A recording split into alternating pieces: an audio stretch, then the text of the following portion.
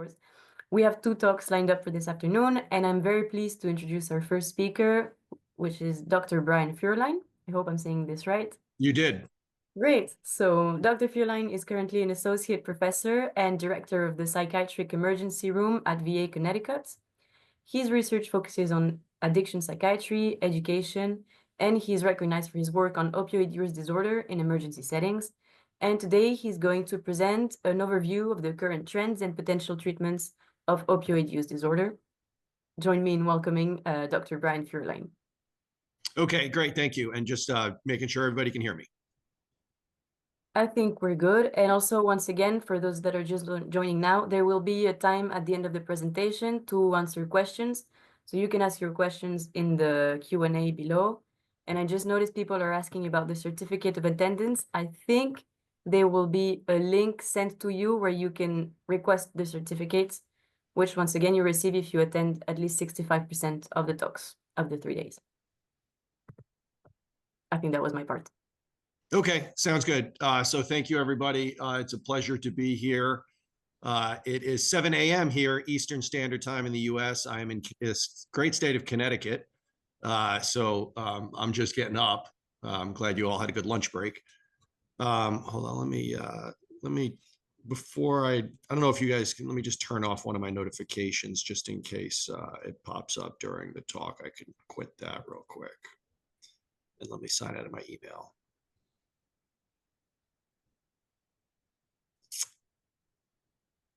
Okay, that should be better. All right. Let me go back into slideshow mode. Okay, so yeah, so it is 7 a.m. here, and it is my pleasure to be here.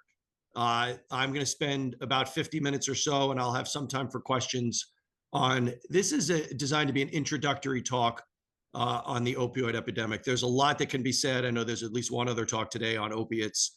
I could spend a whole hour just on buprenorphine or on overdose prevention or harm reduction. So there is a lot that can be said about overdoses, about opiates, about medications, about psychosocial treatments. So obviously you could spend a whole day just on opiates, which many people do in different settings. So my talk is an introductory talk on the opioid epidemic. My primary job is the director of a psychiatric emergency room, and I work at the Veterans Hospital here in the United States. So the Veterans Hospital is a large system to take care of veterans. And I'm faculty at Yale, so my other job is I teach at the medical school at Yale University. So a few objectives for today. We want to be able to identify some risk factors and red flags for the development of an opiate use disorder. Think about the severity and nature of opiate use disorder and specifically high-risk behaviors and as it relates to overdose prevention, and how different medications for opiate use disorder, two different medications can be used for harm reduction or overdose prevention, and then medications can be used for the actual management of the opiate use disorder. And I'll discuss those in brief because those are really important. Let me just move this a little bit. I don't know if you can see. I'm not sure what you guys see. I'm just going to move the pictures out of the way. There we go. Okay.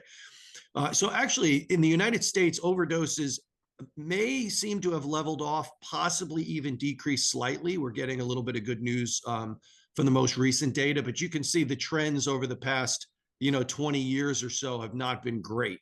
Overdoses have gone up almost every year for the past 20 years. I don't know, again, what you guys can see. Let me close that. So the overdoses are a huge problem. To put it in perspective, alcohol, which is also obviously a major problem, kills a little bit more than opiates. Opiate use disorder now kills more people than suicides, kills more people than accidents in the United States. Opiate overdoses kills a lot of people every year. And you can see the numbers there, 107,000 in 2022 died by overdose. And mostly this occurs in younger people. So this is often a problem of younger people, where younger people typically don't otherwise die unless it's an accident or something like that. So very, very major problem in the United States. Although again, there seems to be some good news that we might be leveling off slightly with the overdoses. So let's go through a common scenario to see how opiate use disorder might develop. So let's say we have a patient who presents to the medical emergency room. This is just a regular emergency room with a let's say, an injury to their ankle. And in the emergency room, the medical emergency room doctor does an x-ray and sees that there is a fracture. So they call the orthopedic surgeon to come in. So the orthopedic surgeon comes in, looks at the ankle and says, oh, good news, bad news. The good news is you don't need surgery, but the bad news is it looks like you have a fracture. We're going to have to put a cast, and we're going to have to, you're going to have to be off your feet for a few weeks. And here's a 2-week supply of, whatever opiate medication the doctor likes. Let's say it's Lortab, 5 or 10 milligrams, and here's a prescription for that. And I'll give you a 2-week supply because your cast should be gone for about 2 weeks. I'll see you back in 2 weeks. At that point, the pain should be better. I'll take the cast off. I'll transition you to a walking boot, and you should be better. So does that seem like an appropriate course of action? We have an acute injury. We have a cast. We have a plan, which is a cast being placed. We have a prescription for a pain medicine, an opiate pain medicine for a limited amount of time, let's say 2 weeks. And it's a limited amount of time because it relates to the plan, which is we'll take the cast off in 2 weeks, and that's how long we think your pain will last. And then we'll see you back, take the cast off, and you should be okay. So does that seem like an appropriate course of action, or does it seem terrible? No, we should not be doing that. Or does it seem okay? That's perfectly reasonable to do. So I want you to think about that. But there may be some missing information here, right? Like, are there other things that we want to know about this patient that might indicate whether or not that was an appropriate plan of action? Like, we don't know anything about this patient other than he had an injury to his ankle. We don't even really know how old he is. We don't really know anything about this patient. So what we need to do is a risk-benefit analysis to determine whether or not a prescription for opiates might be appropriate. It might be appropriate. It might not be appropriate, but we have to know more in order to figure that out. The benefit of opiates is pretty clear. The benefit is pain relief. So the only way to know how much benefit we're going to have is if we ask the patient, how much pain are you in? We didn't ask the patient. And in that scenario that I provided, I didn't say how much pain the patient was in. It's possible that despite an injury like this, the patient doesn't really report much pain. That sometimes happens. If the patient doesn't report pain and we prescribe opiates, there's very little benefit of the opiate. It's just risk. And that's not a good scenario for us. We don't want all risk, no benefit. We'd prefer it to be the other way around. So the first question is, when we're looking at a risk-benefit analysis, is how much pain are you in? And obviously, the more pain that they're in, the more potential benefit that the opiate has for that particular patient. We also want to ask about prior trials of medicines. Have you been on these opiates before? Were they helpful before? Were you on other medicines before, maybe a strong anti-inflammatory medicine or Tylenol, or maybe a pain injection? Something else might have been effective as well. So in order to get to how much benefit we have to ask those few questions. Don't assume that just because the patient had an injury that they're in pain, or don't assume that just because it doesn't look bad that they're not in pain. We don't really know, and we have to ask. So that's really the only benefit of opiates, but it's an important one, and that's what we're going for, so we have to ask. Then we have risks. So we have short-term risks, which you could think of as side effects. Mostly the side effects of opiates could be sedation, makes me a little tired or dizzy. Certainly there's some GI side effects. It could make people constipated, can cause, interactions with other meds. So if they take a benzodiazepine, for example, that could interact. If they take other sedating medications, that could be a problem. There could be some employment concerns. In the United States, if you, for example, fly a plane for a living, there are restrictions about what type of medications you can take. Or if you're a physician, there's restrictions about what type of medications you could take, particularly controlled substances, like an opiate is a controlled substance, meaning it has addiction potential. So we have short-term risks, side effects, medication interactions, and possibly concerns with employment. Then we have longer-term risks. The main longer-term risks is the development of an opiate use disorder. And many opiate use disorders start, which I'll talk about in a couple minutes, start with a prescription. So that's a very big one, right? We have this long-term potential risk. It's a low risk. Most people who are given a prescription for opiates do not develop an opiate use disorder. The vast majority do not. but some do. And we want to make sure that our patient that we're about to prescribe for is not one that might be at an elevated risk. So the major risk factors for the development of a substance use disorder are the three that you see on the screen here. There's also a history of four. There you go, the history of trauma. So the four main risk factors are if they themselves have had a history of a substance use disorder in the past or currently. So if they have an alcohol use disorder, either in remission, meaning that they're sober currently, but they've had that history, or if they're currently drinking and have an alcohol use disorder, that's a risk factor for the development of an opiate use disorder. If they have a family history of a substance use disorder, a history of mental illness, depression, anxiety, PTSD, bipolar, or if they have a history of trauma, whether it be childhood trauma, or in my case, I see a lot of military trauma from veterans who were in the military and had traumatic experiences there. So these are the risk factors for the development of a substance use disorder. So again, you're going to see your patient. You're going to see your patient here on the prior slide. Patient had an injury, and you're now trying to decide, am I going to prescribe a medication, an opiate medication or not? So you're going to do this risk-benefit analysis. And you say, okay, you're in a 7 out of 10 pain. So I do believe that there is some significant benefit, but your mom and dad both have an alcohol use disorder. So that makes you at a higher risk for the development of an opiate use disorder. So that's a risk factor. So I have to weigh that in. And then you would have a conversation with the patient. And you would say, Steve, I understand that you are in a significant amount of pain and you broke your ankle. And that's concerning. And we want to make sure you're feeling better. But at the same time, you have these risk factors, and this medication is not perfectly safe. And we want to make sure that you don't go on to have a problem with the medicine. And given that your mom and dad both have an alcohol use disorder, that puts you at higher risk. I'm not saying that it's going to happen to you because I give you a script or not. I'm just saying it's something to keep in mind. And given that your pain is a 7 out of 10 and your mom and dad have an alcohol use disorder, what do you want to do, Steve? Do you want to be started on the medicine and see how you do? Would you like to try something else first and not risk taking these opiates, etc.? Some patients come in with a preconceived idea that they do not want opiates because they are afraid of them, or they know they're dangerous, or they have family who become addicted, or whatever the reason. Other people have a very low pain tolerance and want pain medicines right away.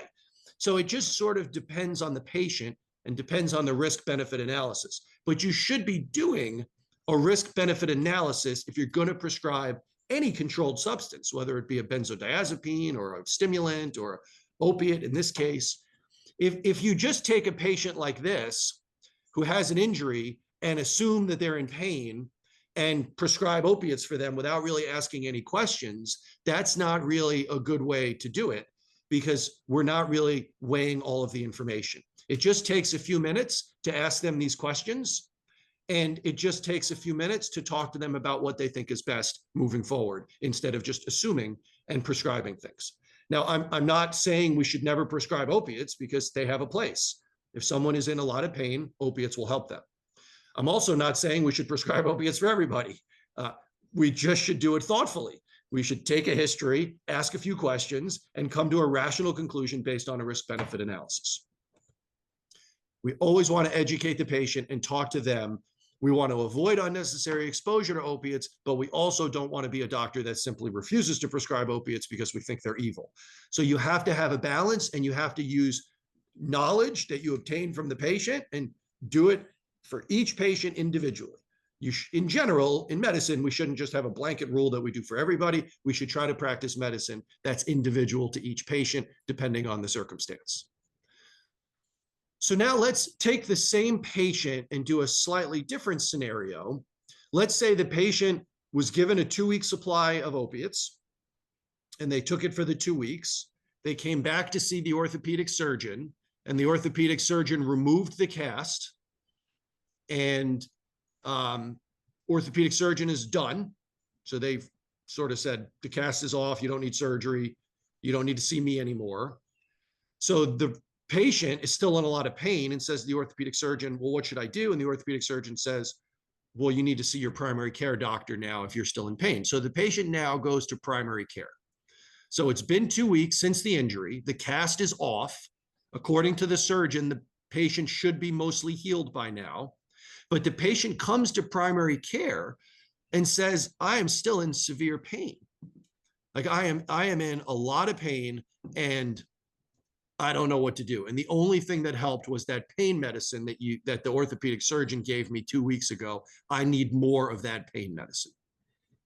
And this patient is either new to you, you're a new primary care, or it's a patient that you know, but this is a new thing for the patient because this fracture just happened and you've not taken care of this particular thing for this patient before. So now you have to decide as a primary care doctor, am I going to continue an opiate for this injury that occurred a couple weeks ago, which again, may not be a bad thing if the patient still is in pain. It's certainly possible the patient is still in pain. The injury just happened.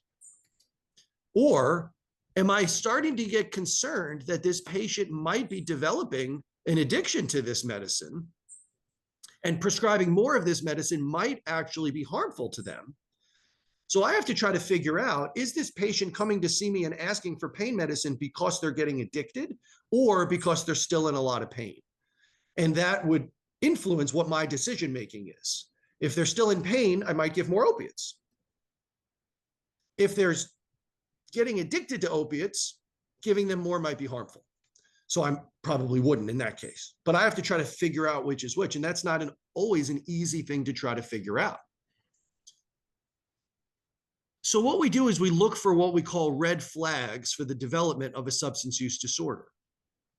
So patients who are coming in with some of these behaviors might be seeking opiates because they're getting addicted, as opposed to seeking opiates because they're simply in pain. So for example, if a patient is angry or threatening, that is often an indication that they're getting addicted. Patients don't usually go to their doctor threatening their doctor for something. You don't usually go to your doctor for high blood pressure and the doctor says you can have some lisinopril, and the patient threatens the doctor and says, if you don't give me hydrochlorothiazide instead, I'm going to, beat you up. They don't normally do that. But sometimes they do if they're getting addicted to a medicine and they want the medicine because they think it might help them to get the medicine. So if your patient is angry with you, hostile, threatening, has a very angry demeanor, again, that's a red flag. It doesn't mean necessarily that they're getting addicted to opiates. It could just mean that they're angry with you, or there could be some other reason, but it certainly would be a red flag to pay attention to in a scenario like the one that I described. Sometimes patients get preoccupied with specific medications at specific doses. So they might say, I need the one that starts with what was the one, the Dilaudid. I need the Dilaudid, and that was, 8 milligrams 3 times a day, right? They might say something like that, specific doses of specific medications. So they might do that. They might be unwilling to try any alternatives. If you say to them, given your foot injury, I actually think that high dose of an anti-inflammatory medicine is actually better and would help your pain more, actually. A person who's just in pain would likely respond with, okay, that sounds good. I'm in pain. I just want to feel better. But if it's someone getting addicted to opiates, they are not interested in NSAIDs. They're not interested in gabapentin. They're interested in opiates. So they're unwilling to try other things. Sometimes you can ask a patient, how does the opiate make you feel when you take it? A normal, quote, normal response is, it helps my pain and it maybe makes me tired. I don't particularly care for it. A risk factor would be, how does the opiate make you feel? And they say, it makes me feel really good. It gives me euphoria. It gives me energy. It helps me focus. It makes me productive. That is a red flag. That's concerning. Now, if anybody injects fentanyl or heroin, you will feel that way. But we're talking about a low dose opiate taken by mouth.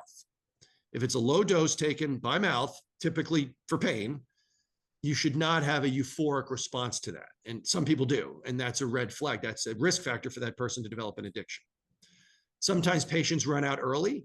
You gave them a 2-week supply initially, but they took it in a week or even faster because they were in a lot of pain or because they were getting addicted to it. Maybe they visited multiple emergency rooms. Maybe on physical exam, it doesn't make sense, right? Like You've seen ankle injuries like this before. 95% of the time, by this time course, it is healed. But in this particular case, it doesn't appear injured anymore. There's no physical exam findings, but yet every time you touch the person's foot, they're screaming in pain, and it just doesn't really make sense. That's a red flag. Again, it doesn't mean necessarily that they're getting addicted. It could mean that something is missed, that the x-ray missed the ongoing fracture, it didn't heal properly, or maybe the physical exam wasn't done properly, or maybe the patient is just has unusual anatomy. Like, we don't know. But a combination of these, right? If your patient is angry and the physical exam doesn't make sense, and they ran out early and they're preoccupied with a specific dose, multiple of these gives you some indication that your patient may be developing an opiate use disorder, and we want to be careful giving more opiates. Now, it's very difficult, if your patient is potentially developing an opiate use disorder and coming in and, what we call, quote, medication seeking, they want opiates. It's a difficult scenario because, they just started taking them in this example just a couple of weeks ago. And, they're not going to recognize that they're having an addiction to opiates, and it's very early, so they might not really yet. It may be developing. And if you try to talk to them about it, they may not hear it because in their mind, they certainly don't have an addiction to opiates because it's only been a couple of weeks, and they had an injury, and it was the doctor that prescribed it, and they're in pain. So it's a challenging interview. But these are the things you should look for when you're trying to determine what the next best step is. Acute pain, which is what opiates are indicated for, the definition of acute pain is up to 3 months. So patients can be in acute pain for longer than you might think, and opiates might be indicated for longer than you might think. But we say don't fly a plane unless you know how to land a plane. If you're going to start opiates, you should have an exit strategy. You shouldn't just prescribe opiates indefinitely without a plan to stop.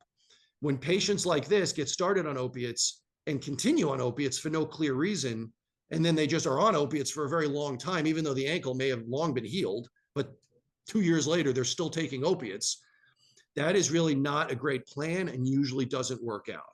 So opiates have a place.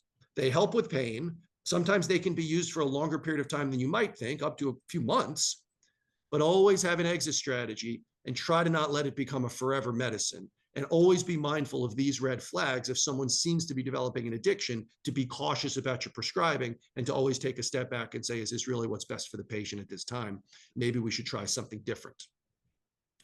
So how do people typically progress to heroin or fentanyl? Now it's in the United States, a lot of patients are progressing to fentanyl.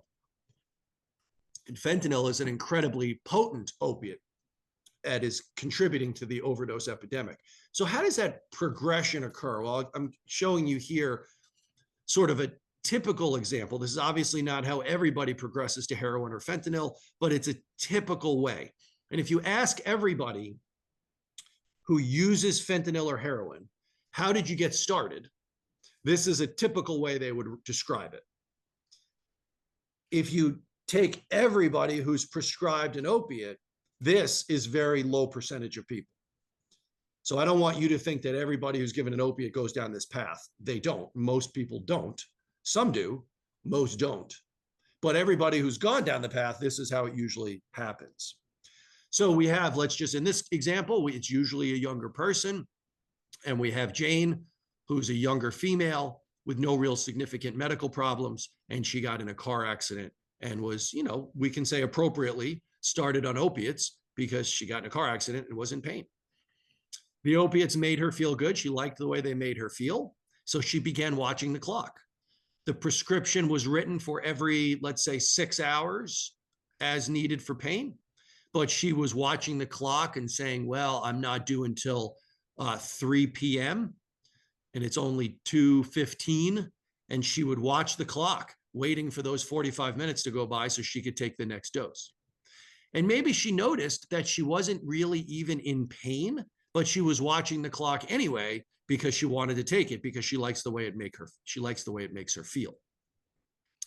So once she ran out of her script, she began to go to other emergency rooms, right? She would go to doctors, she would go to emergency rooms, and she would try desperately to get more. When she couldn't do that anymore because the doctors were sort of recognizing her after a while, she had to go to the internet or the dark web or through friends, but she had to start buying them through illicit means. In the United States, an opiate pill on the street, if you buy like a 30 milligram oxycodone, for example, that would typically cost you $30 US. So it's about $1 per milligram for opiates, and people take way more than one pill per day. So a common opiate use disorder early when they're taking pills before they switch to heroin, could be $100 or more per day worth of pills. So it's very, very expensive. So people run out of money, and then they typically switch to heroin and fentanyl because it's significantly cheaper. Still costs money, but it's cheaper. Often patients draw lines in the sand saying, I'll never, use heroin, or I'll never use fentanyl, or I'll never inject. Maybe they'll just sniff it. So they sort of draw lines in the sand, and then they step over the line and then draw a new line in the sand and step over that one, et cetera.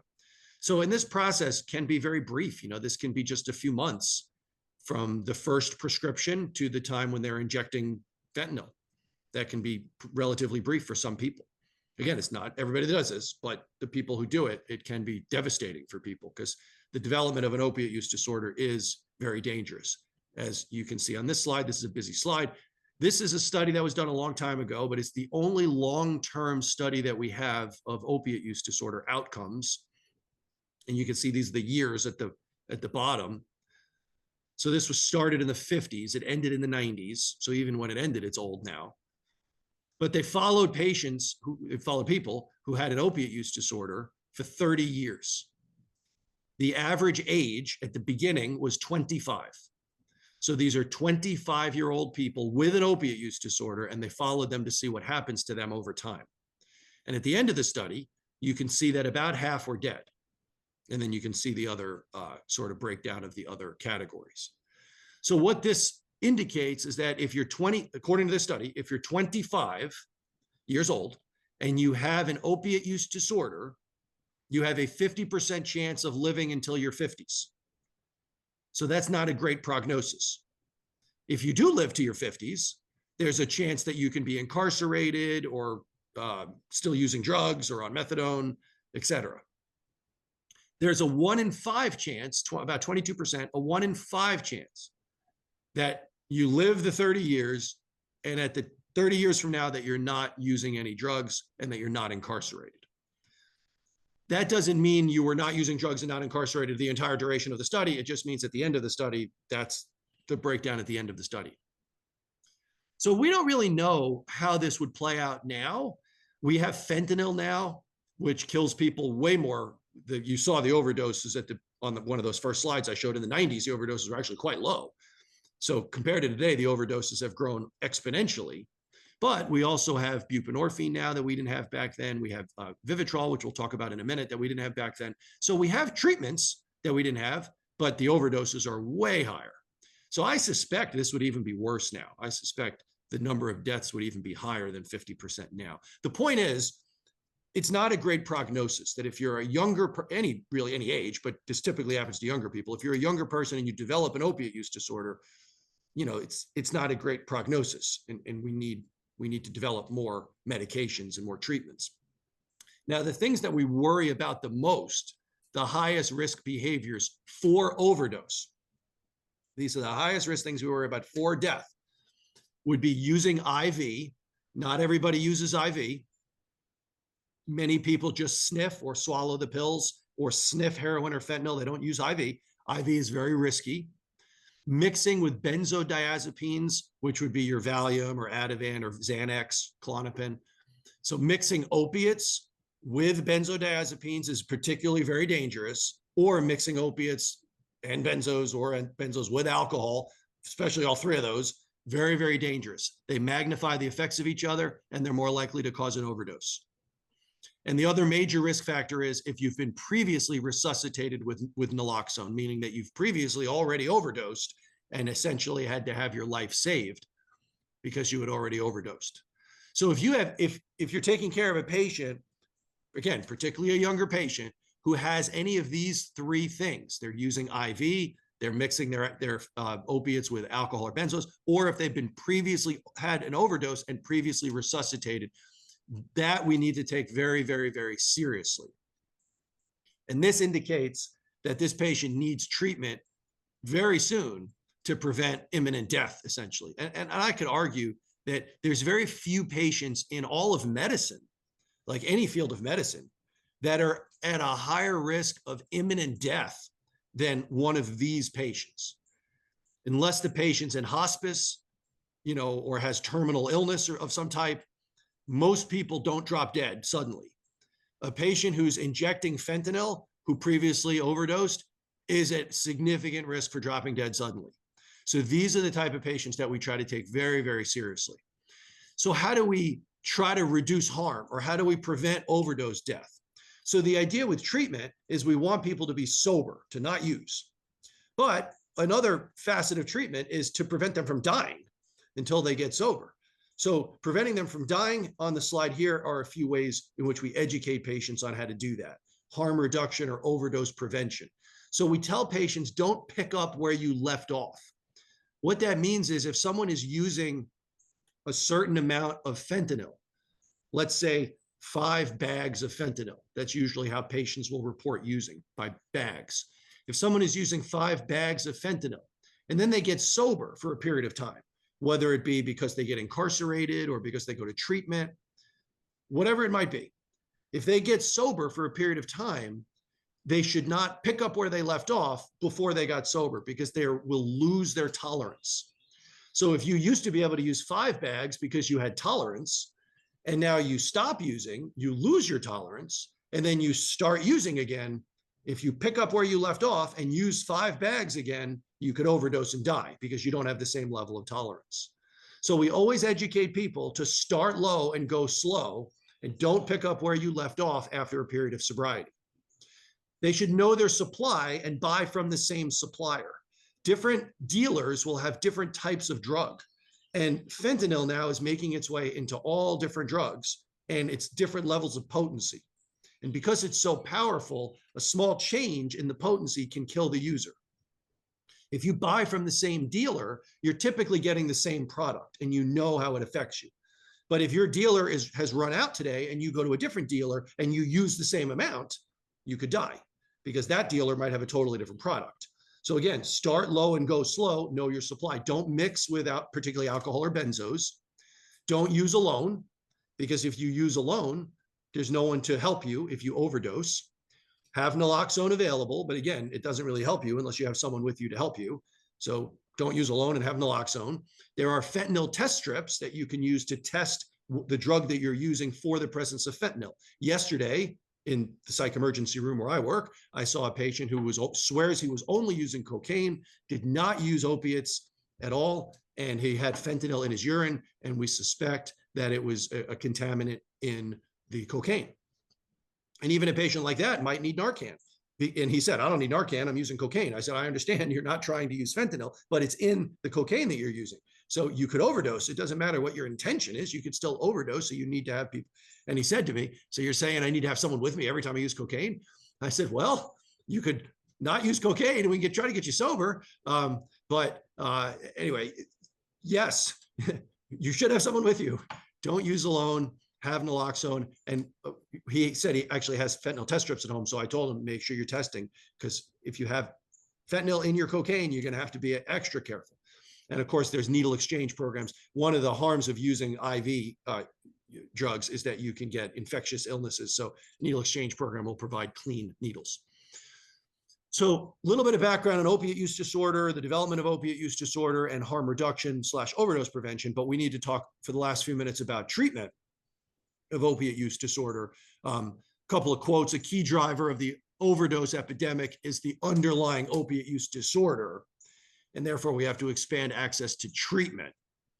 And drug dependence, this is an older quote, now we say substance use disorder, but a drug use disorder has been treated as if it were an acute problem, But it's not an acute problem, it's a long-term problem. So it needs to be insured, treated, and evaluated like other chronic problems. If your patient has an alcohol use disorder or a drug use disorder, these are chronic problems that need to be monitored and treated on an ongoing basis, much like diabetes or any other sort of chronic illness.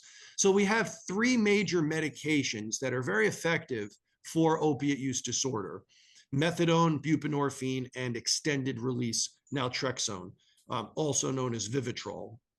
Buprenorphine is mostly known as Suboxone. These are some trade names that you may hear, but what I have on the slide are the generic names.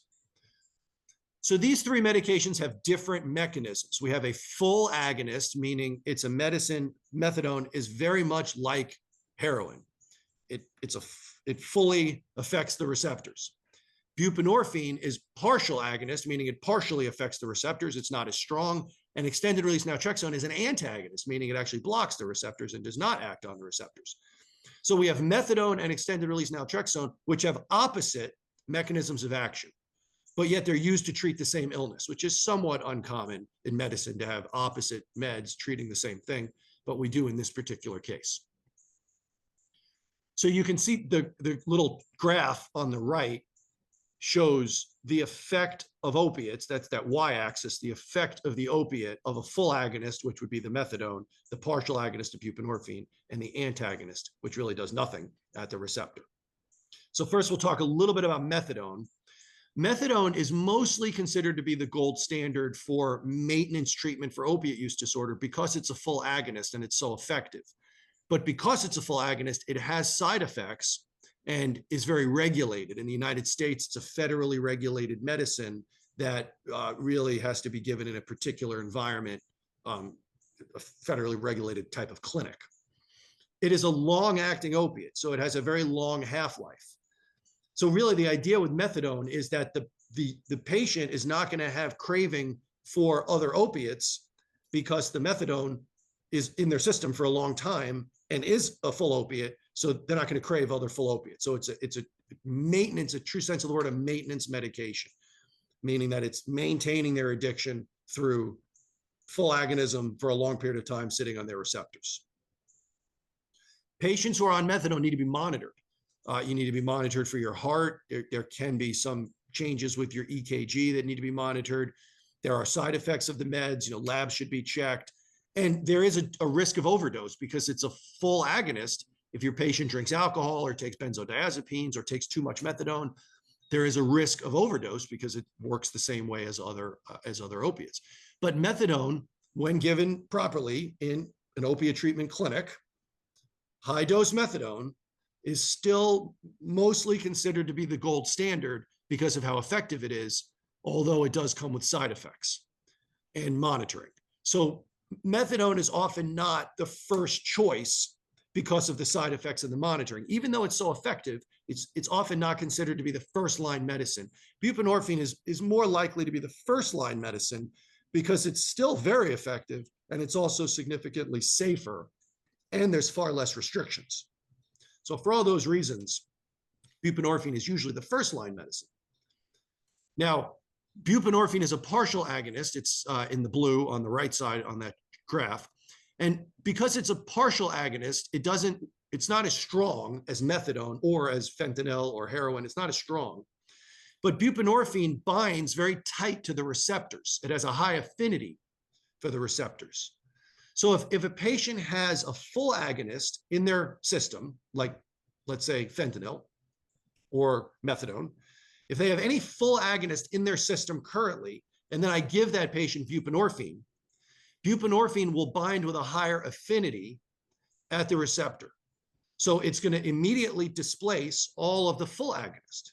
So if your patient is on methadone and they have methadone in their system, in their brain, and now I give buprenorphine, buprenorphine is going to immediately knock off all the methadone from those receptors and replace it with itself. And the full agonism is going to almost instantaneously drop down to partial agonism. And that drop will cause your patient to experience opiate withdrawal.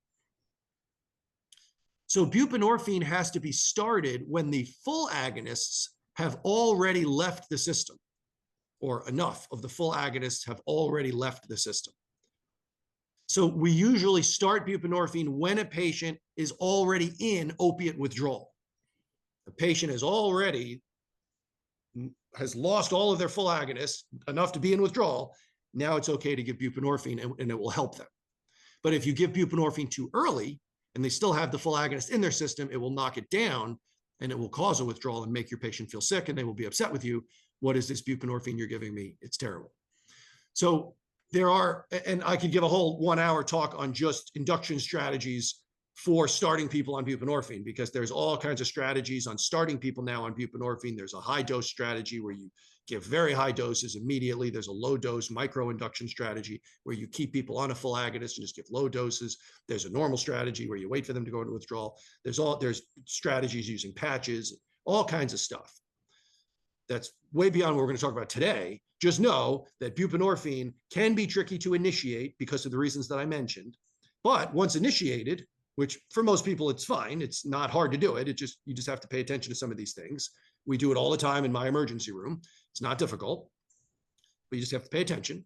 And buprenorphine is incredibly effective, and it is fairly low risk. Even in overdose, it's fairly low risk in overdose because it's a partial agonist. So it doesn't decrease respirations the same. It's a fairly safe medicine. There's no restrictions anymore. It's a controlled substance, but there's really no restrictions on its use anymore in the United States. And it's usually considered to be the first line treatment. Naltrexone, or the extended release form of naltrexone, which is used for opiate use disorder, the extended release form is called Vivitrol. The extended release form of naltrexone is an opiate antagonist. It's a naltrexone, or extended release. It is it is a blocker of opiates. So it will displace everything and bring the patient all the way down to zero. Buprenorphine will displace the full agonism and bring it down partway. The antagonist will displace everything and bring it all the way down to zero.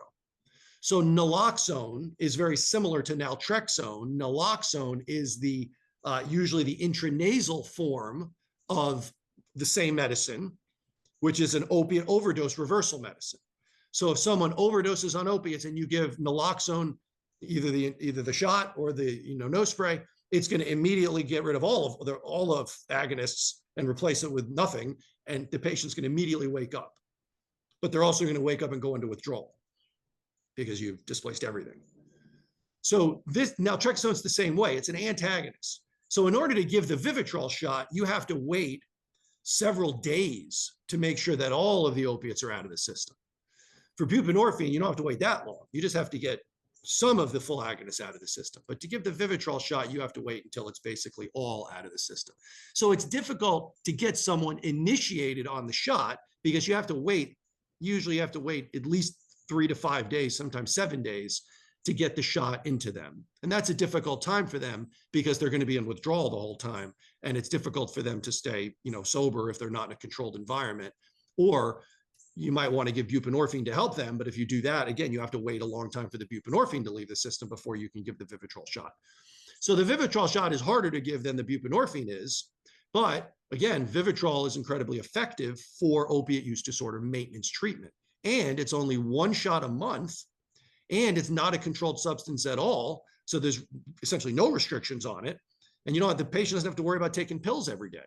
So it's incredibly helpful. So there are many, many studies. This is just one example. Many, many studies that show the effectiveness of buprenorphine or of any of these medications against placebo.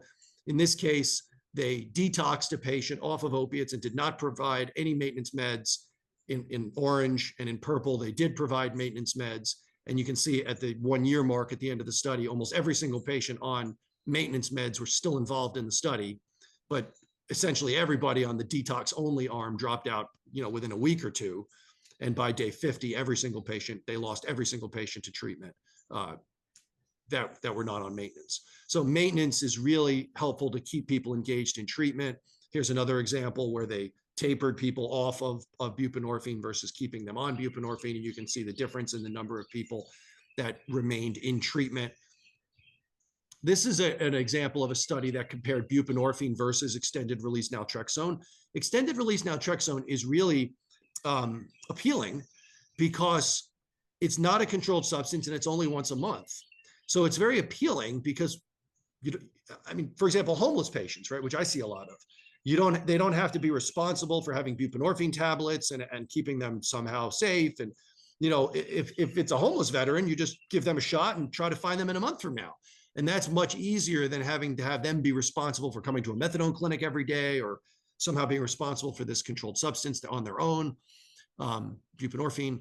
So Vivitrol is very appealing.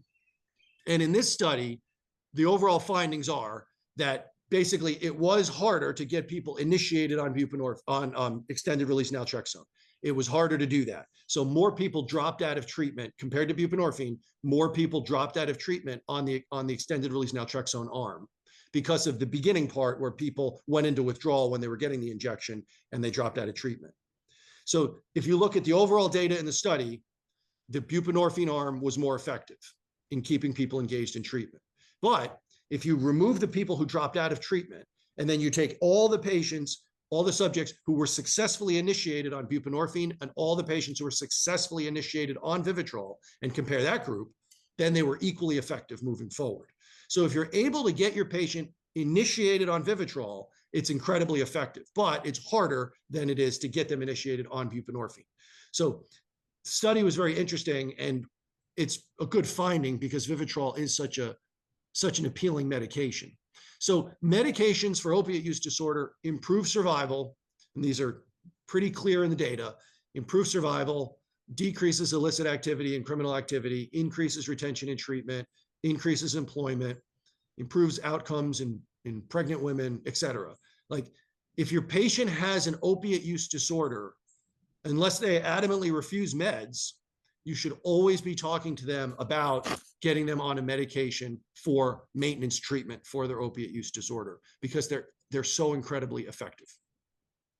There were just a couple of changes in recommendations over the past few years. One of the major concerns that people had was if someone is on methadone or buprenorphine and they're drinking or they're taking benzodiazepines, that's too risky. I'm going to take them off of the buprenorphine because I don't, or off of the methadone if they're not able to stay sober from alcohol. But taking them off of the buprenorphine now puts them at risk for going back to illicit opiate use.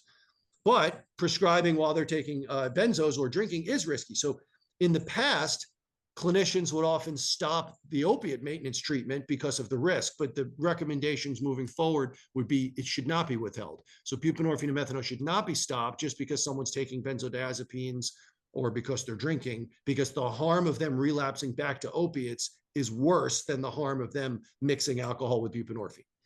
So we want patients to stay on maintenance medications for as long as possible, especially if they have a severe opiate use disorder. Like if they were injecting, fentanyl and they nearly died of overdoses, we want them on maintenance medications. Maintenance medications are very effective, generally pretty safe, and the disease that we're treating, which is the opiate use disorder, is very deadly. So we have 10 minutes left or so for questions. So in summary, we have the risk factors to think about. If you're going to prescribe an opiate to somebody, you should be thinking about the risk factors and be thinking about the benefits, be thinking about the ratio. Is this appropriate or not? Make an informed decision. If your patient is asking for opiates, you should think about red flags. Is this patient developing an addiction, or is this patient just simply in pain? Know that opiate use disorder is a deadly illness. Remember, 50% of young people who had an opiate use disorder died within 30 years.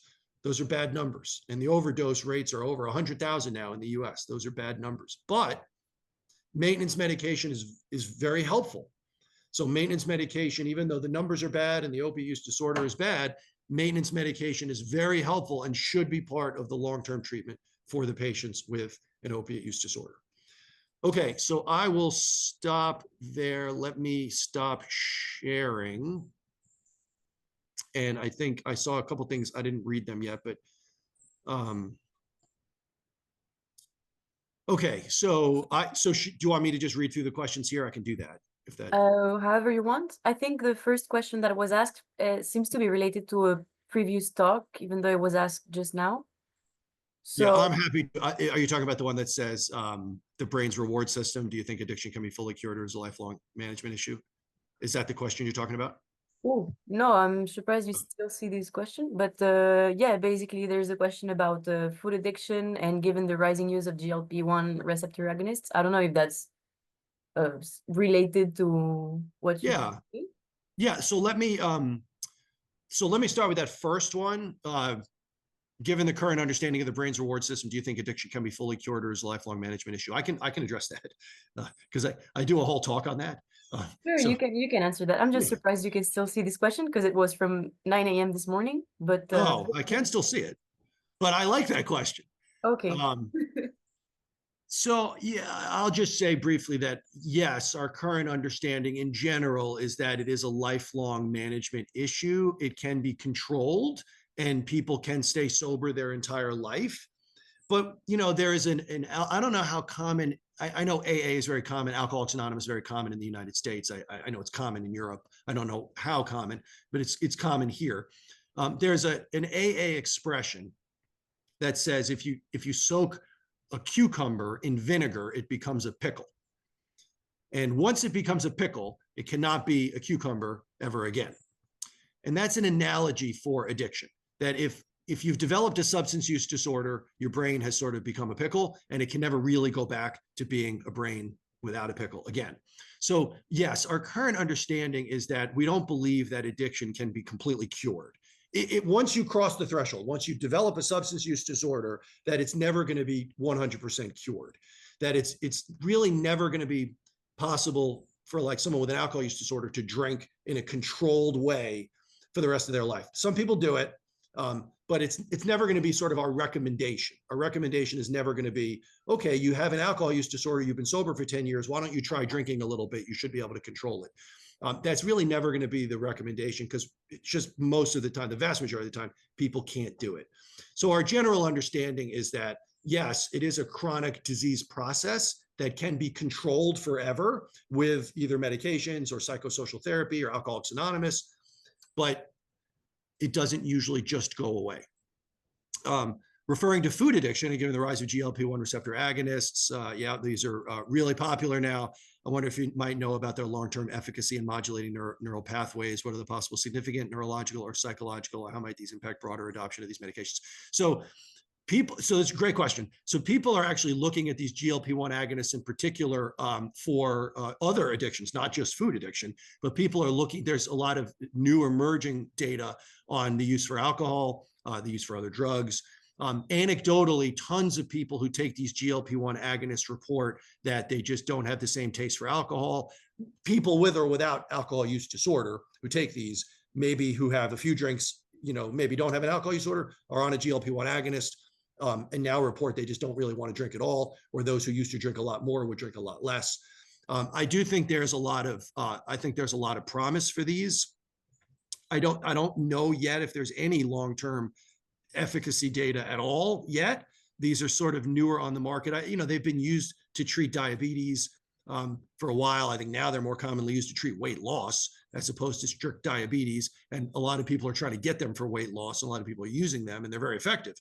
But I do think there's a lot of promise. I don't know what the long-term implication is going to be. I don't know what the cost is going to be, if insurance is going to cover it.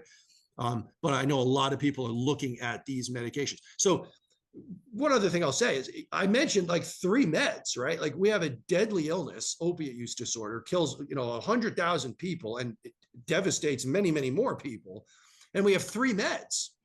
That's it, right? And the 3 meds, we have methadone, which is very tightly regulated and not easy to get. We have buprenorphine, which is pretty safe and effective, but many people don't access it. And we have Vivitrol, which is hard to get initiated on. And the vast majority of people in the United States, at least, who have an opiate use disorder, the vast majority of people are not treated. So we have a really bad illness that kills a lot of people that's really common, that's really undertreated, and we only have 3 meds. So there's a lot of research right now into these types of things. GLP-1 receptor agonists seem to be one of the most common things people are researching. So great question. Thank you for your presentation. My question is, what are some of the most significant challenges you face when addressing substance use disorders?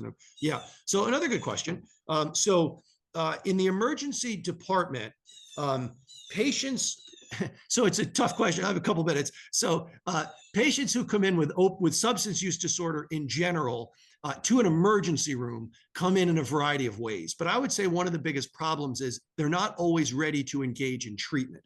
Patients who come see me are often brought in by police. They're often brought in by family. It's not the patient's choice. The family is bringing them in saying, if you don't get help, I'm going to kick you out of the house, or I'm going to divorce you, or whatever it might be. So oftentimes, not always, but oftentimes, patients come in sort of not on their own. They're coming in because someone else is telling them they should come in, and they're not entirely motivated to get better. So my challenge in the emergency room, I only have them for a short period of time. I've typically never met them before. I don't know anything about them. I don't know what motivates them. And it's probably pretty serious, because if someone's bringing them in, the police or their family, they're probably in pretty bad shape, right? They're not doing well. So I have a patient in front of me who's very sick, who is not that motivated, who I really don't know anything about, and I'm only going to see them for a short period of time and maybe never see them again.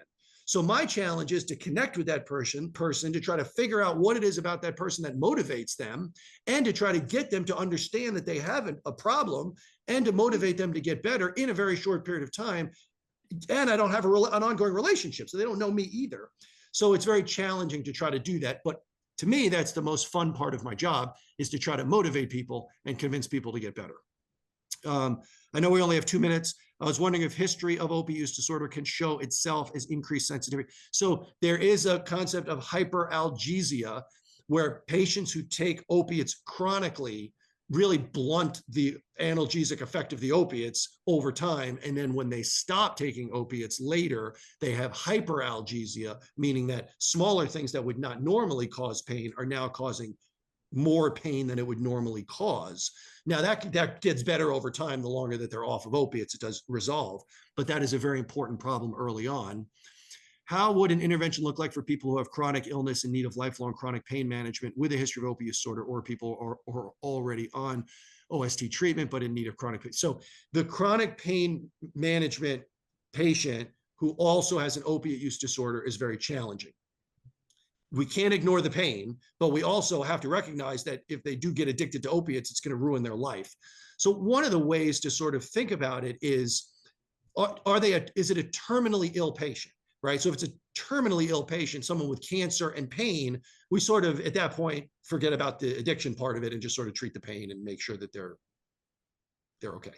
But if someone has chronic pain without a terminal illness, right? So they're a 50-year-old with chronic back pain who might live another 20 years or more, that's different, right? You don't want to be too aggressive with opiates, because what's your end point? But at the same time, if they're living with chronic pain, you want to make sure that, that pain is treated, because that's no way to live a life either. So in the US, the FDA has put together all these guidelines about chronic opiate maintenance treatment, and when to use it for chronic pain, and what to do when they're on meds. And those guidelines sort of talk about constantly trying to reduce the dose, constantly reassessing if there's other alternative options like chiropractic, massage therapy, heating therapy, other non-opiate medications, et cetera. There's a whole bunch of other stuff that should constantly be assessed. And opiates chronically should be sort of a last line resort for patients with chronic pain who are not terminal. But it is a very challenging group of patients.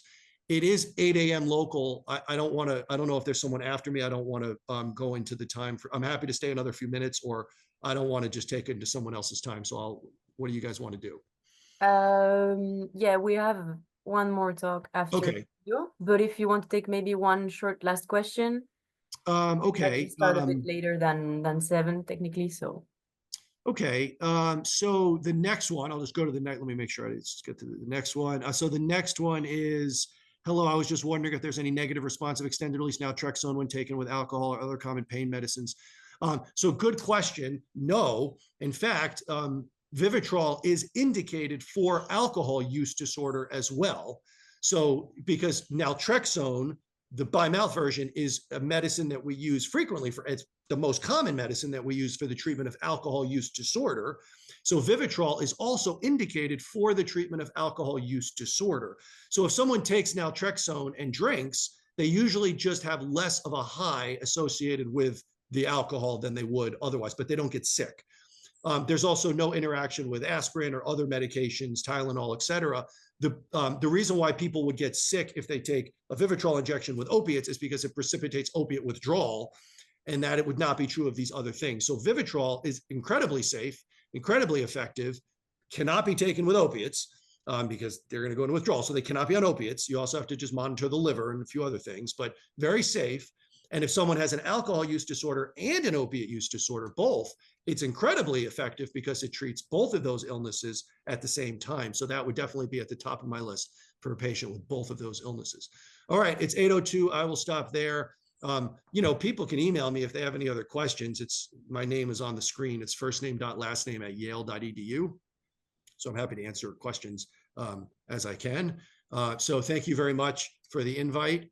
I don't know, anything else? No, I mean, thanks to you for joining us and for this great presentation. I think lots of people were really interested given the number of questions. Yeah, the questions were great. You guys had great questions. Yeah, thank you to you for answering.